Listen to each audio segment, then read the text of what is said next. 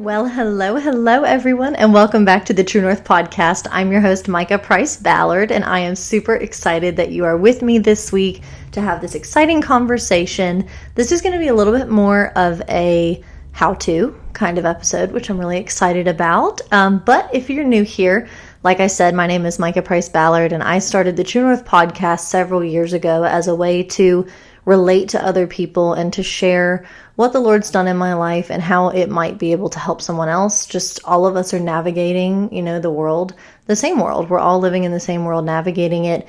And a lot of us are trying to do that through the lens of the Bible and the lens of the gospel. And I started this podcast as a way to be like, hey, me too. Or if you're wondering if anyone else has been through this, here it is. This is me sharing all of my slip-ups and hard lessons learned, and also just wanting to provide encouragement and hope to what I think can be a really dark world. And so, yeah, that's a little bit of the pitch there. But like I said, I'm so excited that you're here this week, and I'm excited about this episode because this is a topic that I feel really excited about, passionate about, and that has really transformed my life, to be honest. And it used to be a really sore subject for me, which is really exciting that now I can speak about it from a place of love and from a place of confidence. Again, that's not something I thought really that I'd be able to do long time ago when I was hoping for this. And so I'll just get right to it so you actually have an idea of what I'm talking about.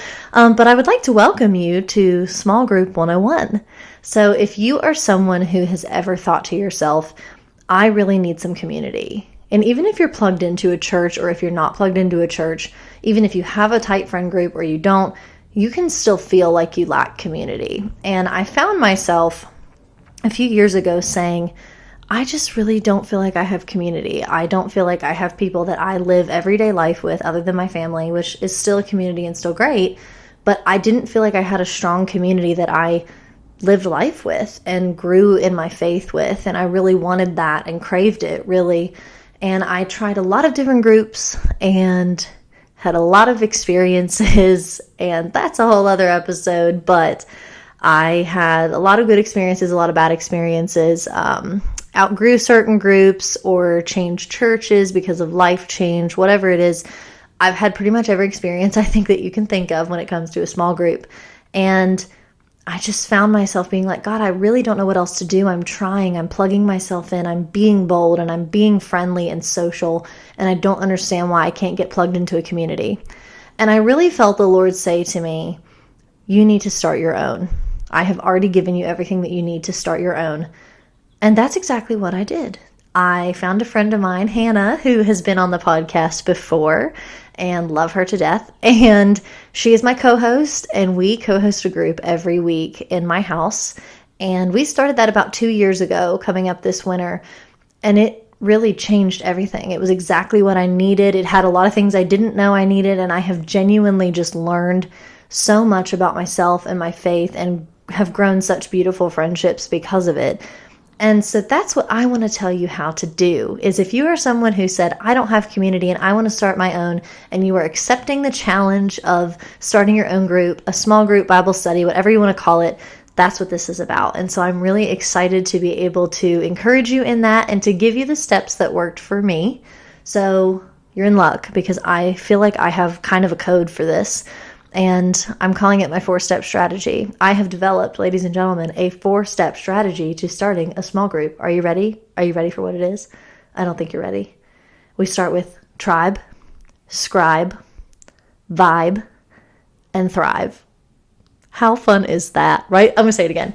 Tribe, scribe, vibe, and thrive. That's actually really hard to say in a row. I was worried I'm going to mix it up. But I'm going to go through all 4 of these steps and give you all of my tips, all of my thoughts, and the things that work for me. So let's get started.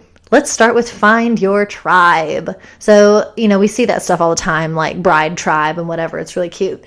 But what I mean by this is that if you have accepted the challenge and the calling on your heart to start a group, you need people, right? So find your tribe. So if you have a couple friends that you think might be interested in this, some maybe other Christian friends that are familiar with this concept, or just in general that you like hanging out with, start with them. Shoot them a couple text messages and just say, hey, this is what I'm thinking of doing. Would you be interested? Doesn't have to be a certain amount of people, as many or as few as you want to. Do not put a lot of pressure on yourself to have 20 or 30 people in this group. Let me go ahead and say that right now. You do not have to have 30 people in a group to be successful. In fact, a lot of people will actually tell you that the smaller the groups, the more intimate and the more valuable the conversations can be. So definitely alleviate that pressure on yourself. But just shoot them a couple texts. And if you're interested in having a co-host like I was, find someone who aligns with your beliefs and has the type of personality that you think could really help and support you in that. Like I said, my friend Hannah was a great choice for this because we both actually were seeking the exact same type of community and the same type of thing with girls our age that were interested in this and wanted to grow deeper in their faith and their friendships. And so that was kind of a no-brainer for me. We brainstormed it together. But yeah, find someone who aligns with you for sure, because this person is going to be bouncing off of you a lot, helping guide your discussions and pour into the people in your group. And so if you want a co-host, I would start there, but otherwise start sending some messages, put out some feelers, mention it in your conversations. If you don't already have a group of, 3 to 5, 6 people that you think might be interested, make a post on social media, hang a flyer if you're like a college student on campus.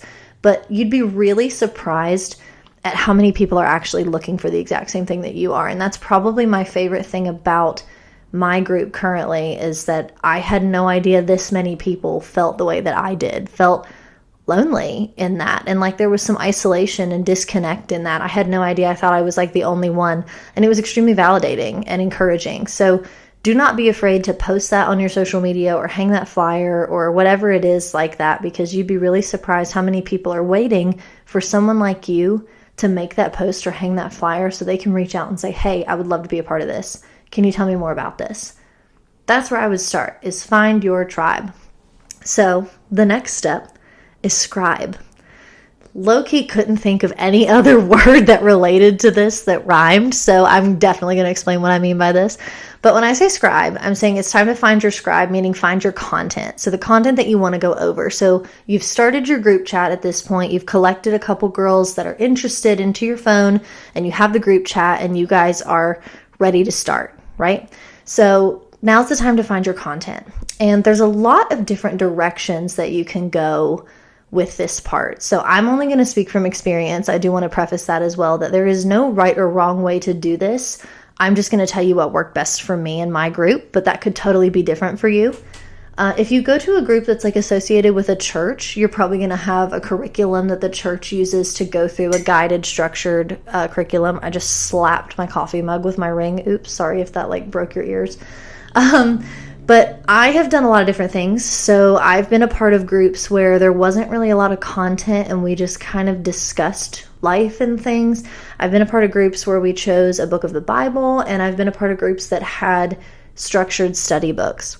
So currently my group uses structured study books from the Daily Grace Co. And major proponent of those, definitely recommend those, especially if you're starting out and it's your first time leading a group. They are just very well laid out. It's like a devotional with scriptures to support it, and then it has 3 discussion questions for you and your group to go through. And so what I do is that in case someone didn't buy the book, I send photos of the pages for the upcoming week so that everybody can be a part of it and talk about it, know what kind of page we're going to be on. So if you're interested in that, that's a great one. I've also done a study by Maddie Pruitt, and it was a study on relationships, and it actually came with videos. So we watched like a 20 to 30 minute video, and then it had discussion questions that went along with it.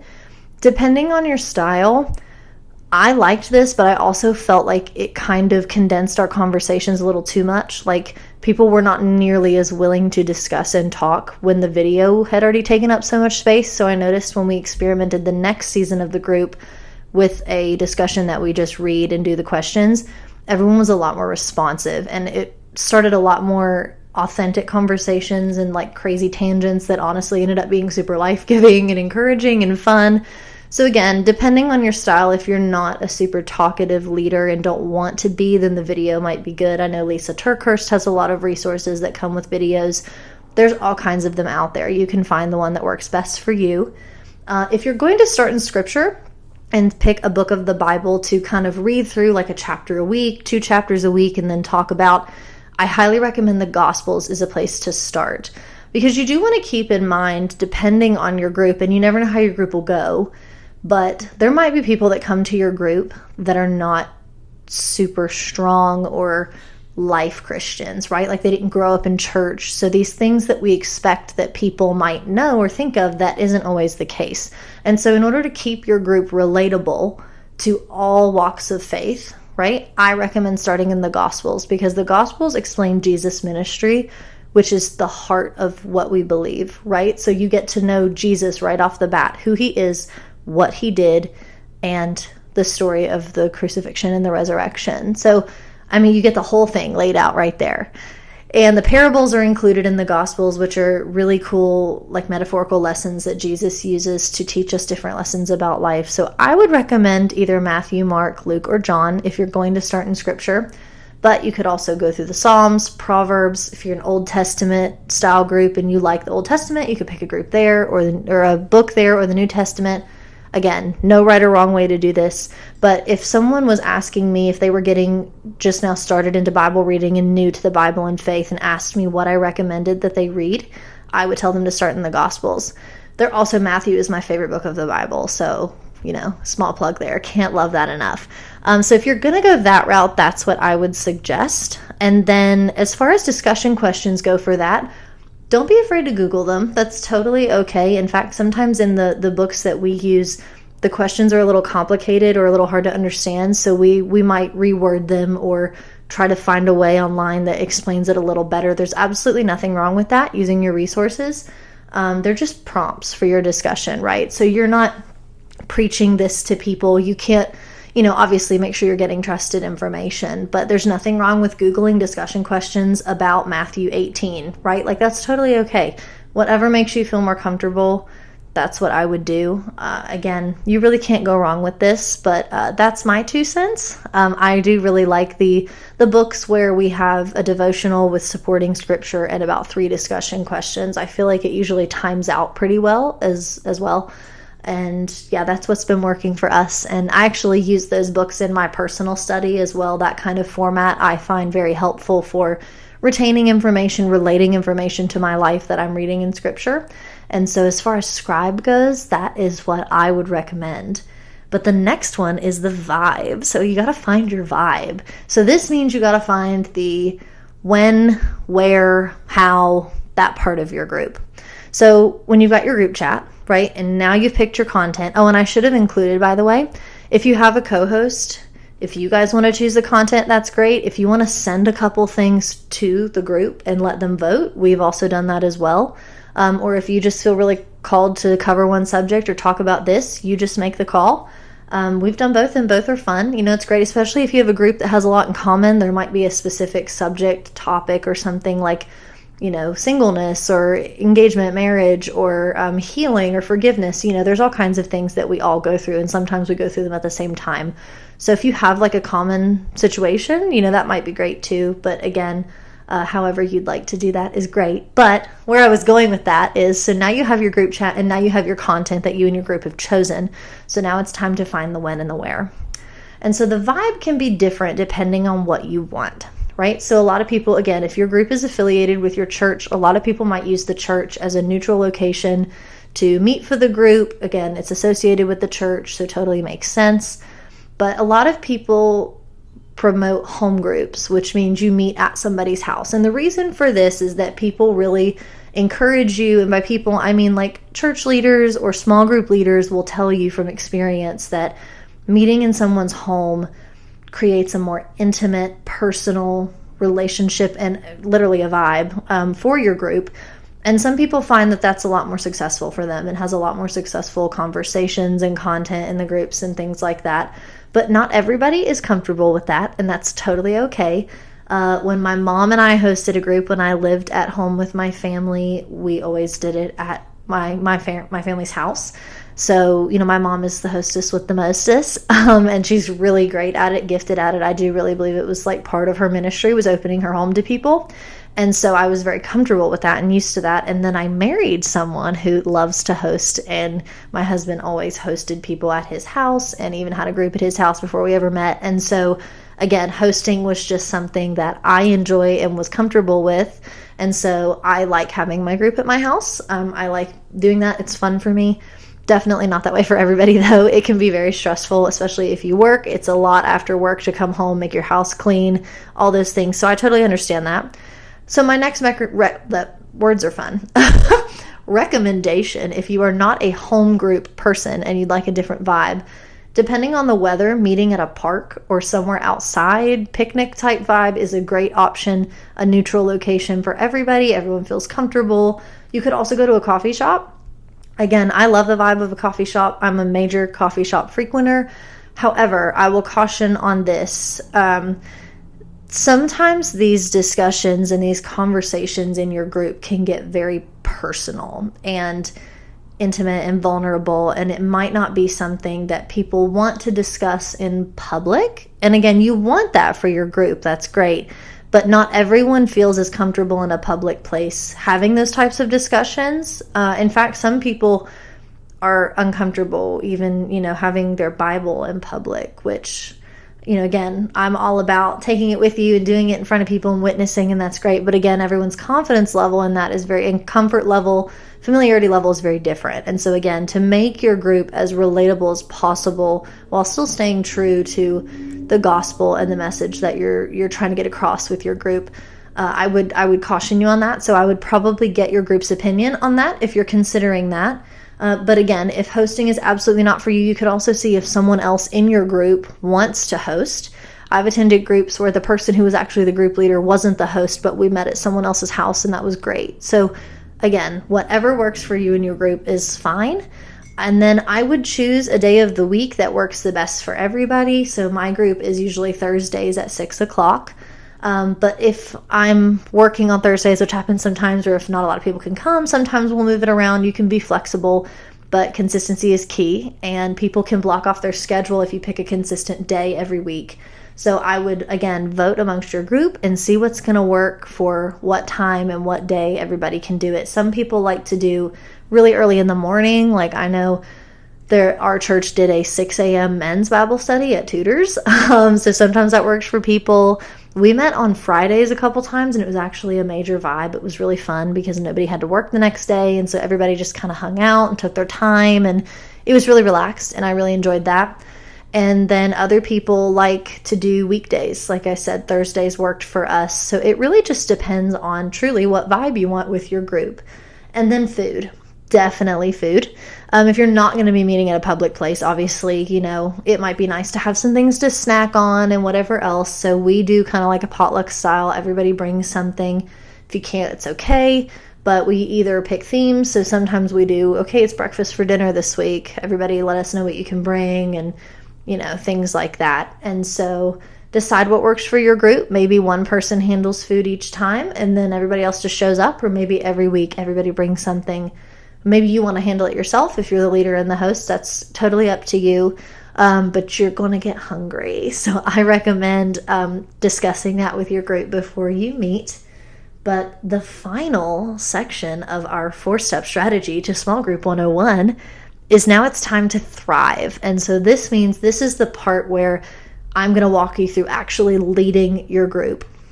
And this is the part where I feel like a lot of people can get uncomfortable, because this is the part where it can get a little bit unpredictable, right? You never know what's going to be said. You never know what's going to come up. And this is the part where you really got to lean in on the Holy Spirit and be like, okay, I need you to come in and help me. But I do want to emphasize that the relationship aspect of this is the part that makes it a community. So if you started this group because you are lacking community, do not dismiss the relationship part of this. And so when I say that, I mean, take time to socialize in this group. It doesn't have to be like a class. We like to have maybe 30 minutes to an hour where we just kind of eat and hang out and talk about our life, catch up from the week. And this kind of prepares everybody and also takes the nerves off, because again, for some people, this is a really big deal that they are being bold enough and confident enough to come to your group and be among people they don't know, maybe talking about something that can be really uncomfortable for some people or really vulnerable for some people. And you want to make sure you take care of that and honor that. And so be bold with that. Be close with the people in your group. Take the time to be close with them. Talk to them about their job. Talk to them about their parents, whatever it is. But definitely set time in that for your group. And so we like to pray before we discuss as well. And so when the eating's over and everybody's kind of relaxed and you're like we move into the living room to start our discussion, I like to pray before the group. So either me or my co-host will pray before. And again, there is no right or wrong way to do this. As long as you are talking about the truth of the gospel, you're not doing this wrong. But not everybody's comfortable praying out loud, and that's totally okay. This is not a requirement. I just find that it kind of like calls to order the group and also prepares my heart to lead and their heart to receive or to participate, because it kind of reminds us all what we're doing here and why we're doing it. And I do think that that's really special and really valuable. So I do find this to be a very important step in the group. But if you yourself are not comfortable with this, you're also welcome to open the floor up to other people and say, does anybody else want to pray over the group? And you might be surprised about who would participate. So I definitely would not hesitate to do that. But moving on after that come the questions, right? And so whether you wrote the questions yourself, whether you pulled them from a resource, Googled them, whatever it is, I typically will read the questions aloud. So we will read the devotional that we have in our reading that week. Either I'll read it or my co-host or someone else will read it. That's also in case someone didn't have time to read what we're reading. And I don't ever want anyone to feel like left out or like they weren't included or prepared, and I don't ever want that to deter anybody from coming. So we take the time to actually read over what we're going to cover so that everybody's on the same page when we go into discussion. So we read the reading and then we begin the questions. And then as a leader, this is your, sarcastic favorite part, is the awkward silence. And did you know you're in charge of the awkward silence as the leader? Oh, so this is like one of those things that I feel like, crickets would chirp, or like there's just so many memes that I feel like would cover this portion of a small group. But nobody wants to answer first ever. Like, I think it's like an unspoken rule that nobody wants to answer first. So if you don't have a co-host, especially, this advice I'm about to give you will be very helpful, because I do think that when you have a co-host who's also prepared for that scenario, they can kind of answer to get the ball rolling. But let's say that you have a small group that you're the leader of and nobody answers the question after like 2 minutes, right? And you're like, oh my gosh, should I just like cancel this now and end it? No. Tell your own story. Answer your own question. There is nothing wrong with that. In fact, people are very inspired by vulnerability and relatability. Relatability opens doors to all conversations all the time. And I feel like when you are not afraid to share your own story, it tells the people in your group that it's safe to do the same, right? You are trusting them with your answer and your information. They're going to do the same. But sometimes you have to answer that first. And I know I'm so sorry about that. However, it's not as bad as it seems, right? I feel like everybody's also aware of the silence. So it's like not on you. You're not a bad leader if nobody answers your question. People just aren't always super comfortable with this. And that's okay. Again, that will grow. We definitely saw growth in that in our group. There were lots of scenarios where sometimes we didn't have a lot of discussion. And then as the group grew and everybody got to know each other more, it became much more conversational and much more comfortable. And that being said about conversational, I really want to stress this point in all caps, bolded, italicized, underlined. Please remember that this is a conversation. It's not a seminar. Okay, it's not a seminar. It's a conversation. You want your group to participate. And so in order to do that, you as the leader have to give them the space to answer. Because it can be really easy to just get on a roll and start talking, and it ends up that you're the only person that talked the entire time, right? And not that that's bad or you said anything wrong, but part of the freedom and the fun of the group is that people get to grow by participating and answering. And you might learn from what people say. I learn all the time from when my girls answer questions. So be sure that you give people the space to feel like it's okay to answer the question. Like, don't rush through the questions or cut people off. Tangents are great. Some of our best content in our conversations and discussion questions were from random tangents that we went on. But if things start to get super off topic, you as the leader can kind of have a follow-up question or redirect that a little bit. But I do think it's super special to see people come alive and share and be open with one another. And then when people are open, you and the other people in the group have the opportunity to affirm them and show love to them and just encourage them in things. That's the best part about having a small group, is the conversation. So definitely give that part the love it deserves, give it the space and time it deserves. And, again, you can redirect it if you need to, but let it be what it's going to be. And with that too, this is for you as the leader to really remember that, again, you're going to preach a lot. I say preach, but you're going to speak a lot in your group about giving grace, I think, because you're going to learn to love the people in your group, and they're going to express when they're struggling. And one of the special things is that you can reassure them that there's grace for the things they're going through, the things they're struggling with. Give yourself grace on this, that you will not always know the answers. People are going to ask follow-up questions and be like, well, why does the Bible actually say this? Or what does this mean? And if you don't know, that is totally okay. People are not coming to your group. They shouldn't be coming to your group because you're an expert or because you know everything. Like, you are not expected to be a scholar, a biblical scholar, or a prophet in this group, right? You are doing exactly what everybody else is doing, just trying to get together and learn more. So be honest when you don't know the answer. Just say, I don't know. I'll have to get back to you on that. And then do your own research or encourage them to do research. But where you can mess up is when you try to answer a question that you don't know the answer to. And then, again, we obviously don't want to misrepresent, right? But also we don't want to give people inaccurate information. And so I'm all the time like, yeah, I don't know. Or even as someone who grew up in church, I'm like, yeah, I still never understand that. Like, I don't know why that is. Because some people will ask you like really hard questions like, okay, well, if God's good, why does he allow cancer? And I mean, it's like, that is like, really? Like, and again, we all want to know, like, we know that God has a plan and that it's greater than us and a bigger part of us, but we don't understand why things like that have to happen. So again, there will be questions, and some people don't even mean to like trap you. It's more that people are genuinely curious, and you at this moment are their resource.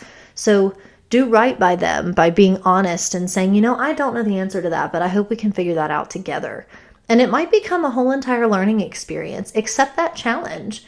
Again, you're trying to grow too. That's the whole point of this, is not only to pour into other people, but to be poured into yourself. So be honest about that. Accept the challenge of learning something new and just allow God to guide that. Where the Bible says, where 2 or 3 gather in my name, I am among them. Not 20 or 30, where 2 or 3 are gathered. And so you might feel a lot of pressure as the leader to carry this and to make it successful and to have like conversions, right? Like, if people come and aren't Christians, if they're not professing Christians, by the end you failed. That is not true. That is not what this is. God is honoring what you are doing and honoring you in it, and he will be with you in it. He will guide your conversations. That's, again, another reason I like to pray before, is I like to literally surrender the conversation to God and be like, God, I pray that you are the one speaking here and not me. I pray that they don't hear me when I talk, they hear you. That's the heart behind being a leader in these groups, is that it has to be about more of what the Lord is wanting to say through you. You are a vessel that the Lord is working through, and that's really special and great. So don't feel the need to be right. And if people are upset by your wrong answers, your wrong answer, like if people are upset by that, there's just only so much that you can do about that, right?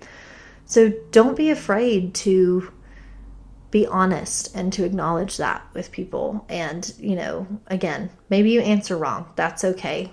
You can recover it later if you figure it out. Maybe you don't know the answer. That's okay. You are still a human being.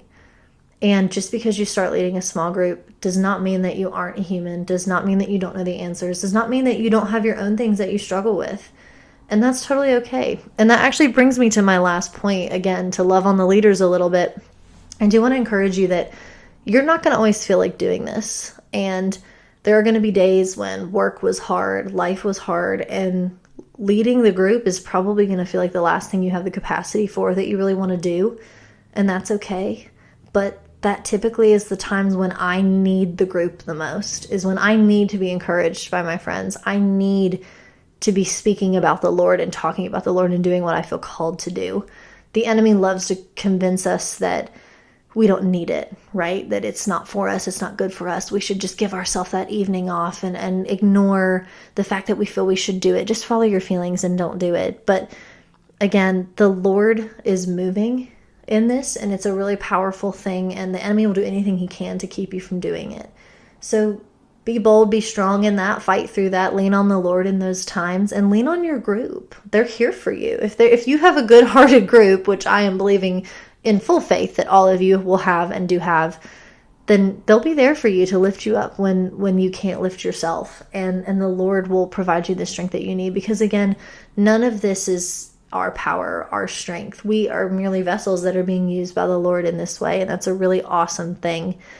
But sometimes we get caught up in the pressure, right? And there will also be seasons when maybe it's not conducive for you to host. And that's okay. If your group's been going for a while, see if someone else wants to start, if you want to keep it going. Or maybe you have to take a season off.